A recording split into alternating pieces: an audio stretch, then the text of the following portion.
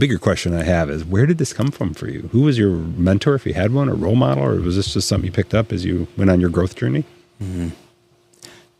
I think I used the word last podcast. It's innate. I don't know. Probably my grandpa Murray was a big part of raising me when I was little, and he was always giving. And even when they going through lean times, he was always giving, helping people. And my grandma Dee, those are probably the biggest influencers. Of course, my mom, my dad, but as a little boy, I just remember he was always giving, always helping, and you pick up on this. But it's just something that makes me feel good inside. When I give and can help people, it feels good. I can't explain it. It's just like, wow. And then when I see that other person excited, you all out there, it makes me happy. It's not about me, it's about you. And when I see you happy, I'm happy. Yeah. Hope that makes sense. Oh, yeah. And that's such a big part of this idea of relationships. When we think about exceptional relationships, not mediocre, not miserable, but exceptional relationships, typically, and I haven't thought of an example of this not being the case, we are in a give mode, a mentor mode, a co-creative mode, and we're sharing our knowledge, wisdom, and skill. Not necessarily, hey, you need to hear this, but like, listen, would it be helpful if I described what I do to make, to feel better every day, to live the life that I want to live, to be the person I want to be, to help others the way I want to help others, to have, and I love this, just before our recording today, you're just walking around your pool area, working on a deal, and you're bringing the energy, and bringing the love, but to have that energy throughout the day, even big complaint for a lot of people when they get in their 30s and 40s is, 5 o'clock, 6 o'clock, they lose energy. The problem is that if you're doing deals like in real estate, that's 24/7, but if you're coming home to kids, do you want to have the eyes, the presence, the engagement of love and joy and be able to step into it with them, or do you want to be like, oh, I got to do it with the kids?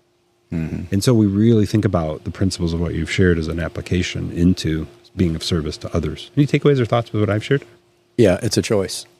We all have a choice. You can choose to be miserable. You can choose to be happy. You can choose to be grumpy.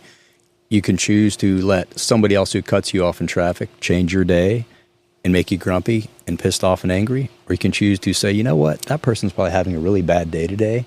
Don't let it affect you. Don't let it change the way you feel. That's first and foremost. Secondly, like I said, we all have a choice. I choose to wake up early every morning. I choose to exercise. I choose to help as many people as I can. It's my choice. In a previous podcast, we talked about givers and takers. As I give more, which I love doing, I meet more givers. Does that make sense? Oh, yeah. And the people who are takers seem to kind of just weed out of my life. They're not there. Maybe it's the law of attraction. I believe in that. Well, that's a whole nother story. Oh, yeah, absolutely. We'll break that down a little bit. Yeah, the law of attraction. So we have a choice. Are there some days I get up, I'm not 110%? Yeah, but you know what?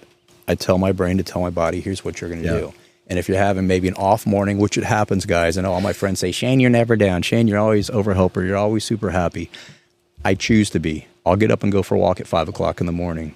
Or in the afternoon, if I feel a little tired and had a long, stressful day with a closing or whatever, I'll get out and I'll walk, or I'll run, or I'll go do push-ups, I'll go do sit-ups, whatever it takes to snap out of that where I kind of feel myself going here to get back to that, I call it PMA, positive mental attitude.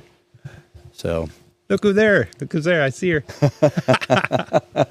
That's my wife inside. She's waving to us. Aw, what a sweetheart. She's awesome. So good. Yeah, she's awesome. Man. I did bring a mic in case you ever wanted to jump in with us. I told her this morning she did. She's like, well, let me think about it. So good. Yeah, it's awesome, man. And she's a big part of my life, too. You know, we're a team. She knows what I'm thinking. She knows when I'm really focused on my job and focused on maybe a transaction where she doesn't take it personal, like, oh, he's mad at me or he's not being nice. No, I'm laser focused. When I have a mission, I don't see what's here. I see the end goal. Yeah. So guys, listen, when you have a goal, it's over there. Stay laser focused. Don't let the static interfere with you. Stay laser focused.